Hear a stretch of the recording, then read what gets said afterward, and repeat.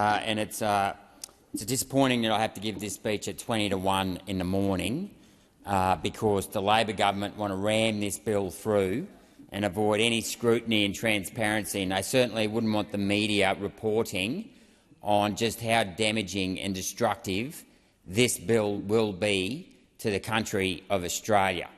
It won't be long before we'll end up the way we started, as a convict colony, enslaved to ideas and regulations imposed upon us by other people in the world that is basically going to destroy business in this country.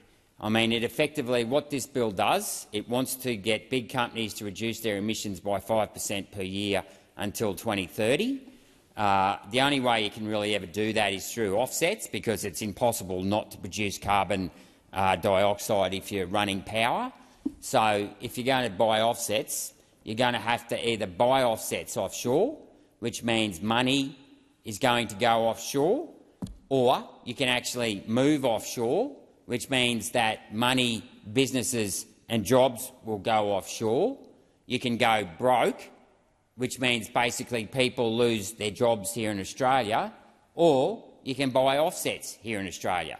Now, the only way you can really buy offsets here in Australia is by buying agricultural land and locking it up. Okay, now I have seen firsthand what that does to the communities in southwest Queensland when you lock up the mulga. You end up with feral pests. You get the farmers sell up, they pack up and move to the coast. So those small towns out in regional Australia start to lose people. Then they then lose services, and eventually those towns are going to die. And our wealth comes from the regions. So this bill is going to destroy not just industry, but agriculture as well. And of course, the irony of it is only a few hours ago tonight, the so-called National Reconstruction Fund was passed, where the Labor government are going to basically spend $15 billion on supposedly rebuilding manufacturing in this country. Now, I have no idea how you think you're going to rebuild manufacturing in this country when you're whacking a penalty tax of up to $275 per tonne on every tonne of carbon that's produced by a prospective factory. So, this bill is going to be really bad for the Australian economy and the Australian country as a whole. And Labor want to replace cheap, reliable baseload energy in the form of coal and gas with renewable energy. And of course, this renewable energy is actually built and constructed offshore. So we're shutting down the things that we have a natural advantage at, all those vast natural resources we have, and we're going to start importing from other countries the stuff that we originally exported, added value to. We're going to end up paying 3, 4, 5, 6, 7, 8 times more than what we got for it if we were actually able to sell it in the first place, which we won't be doing for much longer because of these ridiculous laws. So, out there, I'll come back to my hometown, Kogan Creek, cheapest coal mine, cheapest power station in Australia. It's right there in the ground. The coal is owned by the people of Queensland. It only costs the cost of production to get it out of the ground, burn it in the coal-powered fire station, and you've got cheap and reliable energy. It is that simple. But yet with renewables, you've got to not just build and generate, you've got to actually store energy, and you've got to recycle the energy. So the storage is humongous. The Labor government is spending $224 million on 400 community batteries that power 100,000 people. If you were to do that across the country for the 10 million households, it would cost $22 billion. That's just for storing energy. That is just for storing energy. So we're getting two kicks in the guts out of all of this. Number one is we're going to shut down industry in this country, and number two, any industry that can survive the enormous cost of the carbon credits, etc., is then going to be forced to pay a lot more money for renewable energy. So I just cannot see how industry in this country is going to survive. And they won't. They will pack up and move offshore. And all these oil and gas companies, they will go to other places. They will go to other places. Indonesia has heaps of coal. Papua New Guinea has heaps of oil and gas. Okay? They aren't going to stay in Australia with this amount of red tape. I mean, we've already been burdened over the years with 6 unnecessary state governments that just have their own different laws and regulations, and now we're going to have this particular bill. And of course it is so typical of Labor to want to sneak this bill through in the dead of night, because they don't want any scrutiny. They don't want the journalists who are normally up in the press gallery here listening to the speeches delivered tonight, because they don't want it on the record that they are killing this country stone cold dead. And for what? And for what? Just 8 years ago, the CSIRO had its own report that said Australia absorbs 2 billion tonnes in carbon dioxide. Human emissions are 497 million tonnes. Australia absorbs 4 times more already than what humans emit. So why aren't we fighting when we go over to these international bodies? Why aren't we saying to them, well, actually, we don't have to do anything because we've reached net zero 4 times over?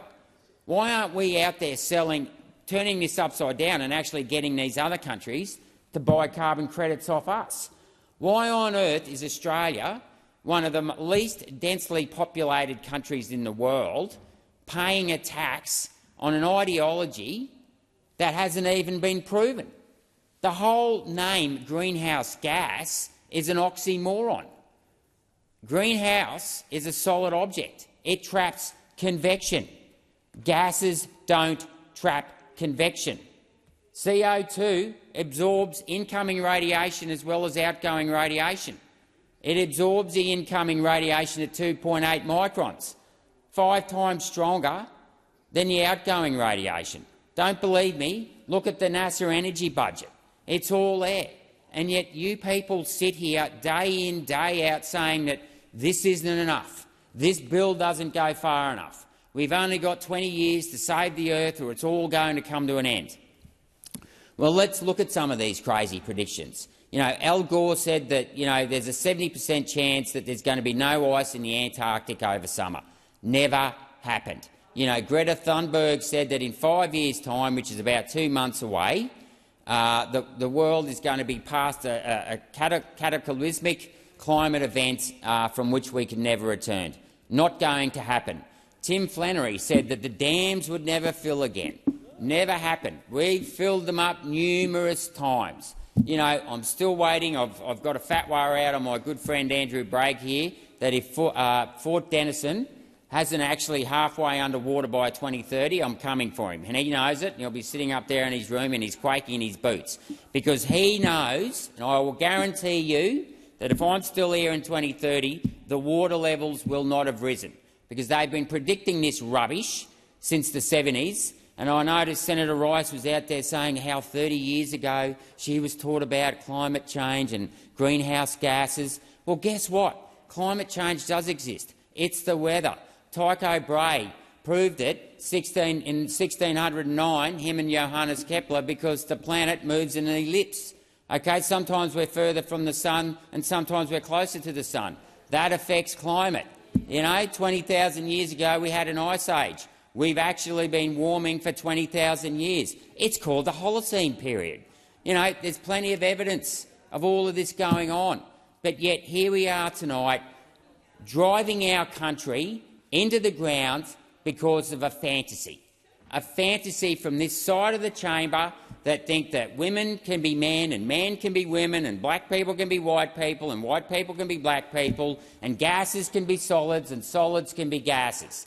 You're taught in grade 8 that material can come in 3 substances: a gas, a solid and a liquid. A greenhouse is a solid object. It traps convection. Gases don't trap convection. Okay? And of course these over here mock, but they haven't got a clue about thermodynamics because they're intellectual pygmies. And when you get the intellectual pygmies and you cross them with the unicorn farmers, you end up with a catastrophe. You end up with an economic catastrophe that is going to destroy this country. And shame on you, And shame on you that you can't do this in the light of day because you can't face scrutiny. You cannot face scrutiny. And that is the modus operandi of the Labor Party. Ever since, the Prime Minister came out and said there was going to be all this accountability and transparency, well, there's none. This is getting rammed through in the last minute with some crazy amendments by the Greens, and they're proud of it. They are proud of the fact they are driving this country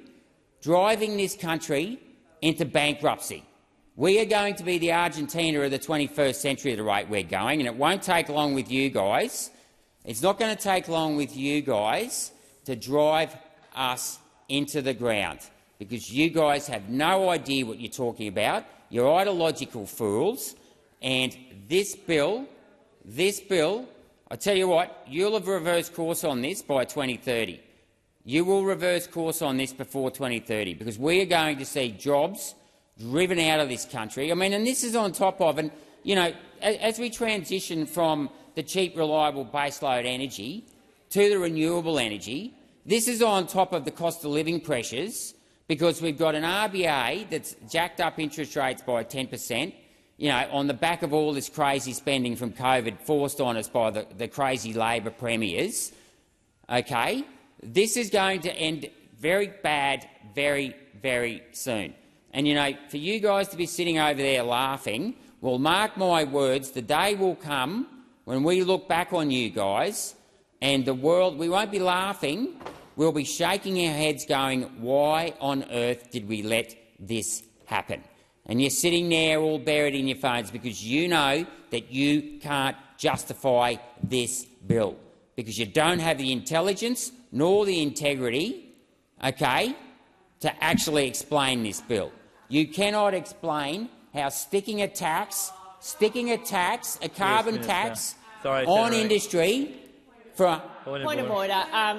Senator Rennick should be directing his remarks through the chair and not directly across the chamber. Thank you for that guidance. Through the chair, and of course I should have gone through the chair, because silly me to think that the other side would not be so fragile and brittle to have to get petty. Okay? Hey?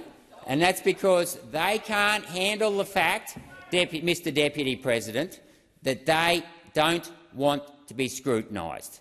They can't explain how sticking a tax on industry for a gas that, yet again, we were taught in grade 8, it's called photosynthesis, it's plant food. Who on earth would come up with this sort of idea to tax something that's a natural part of the environment? Who would do that? Only a party that doesn't care for our children's future or our country's future, and all they are going to do is empower other countries that, will end up taking us over one way or the other if they want to. I mean, why they'd bother coming here? I mean, they take one look at the people in power at the moment and they'd run a mile. Who would want to come to this country? Okay?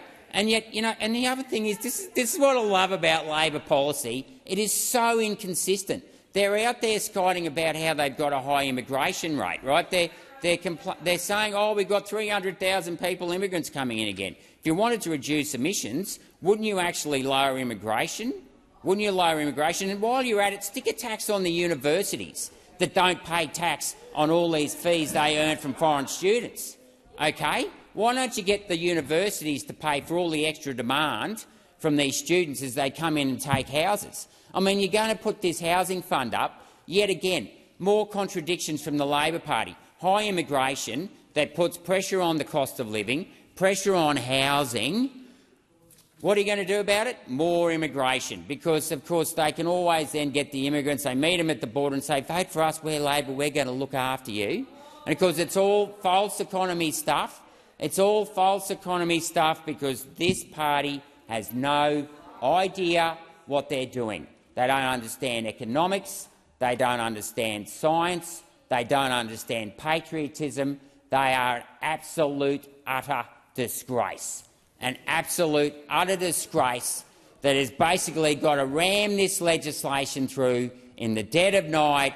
They don't want anyone listening to any speeches because they don't want any scrutiny, because they can't answer the questions. That they are sticking a tax on the Australian people because other people on the other side of the world have said so. You don't answer to the Australian people. You're a pack of you don't have any loyalty to this country. Shame on you.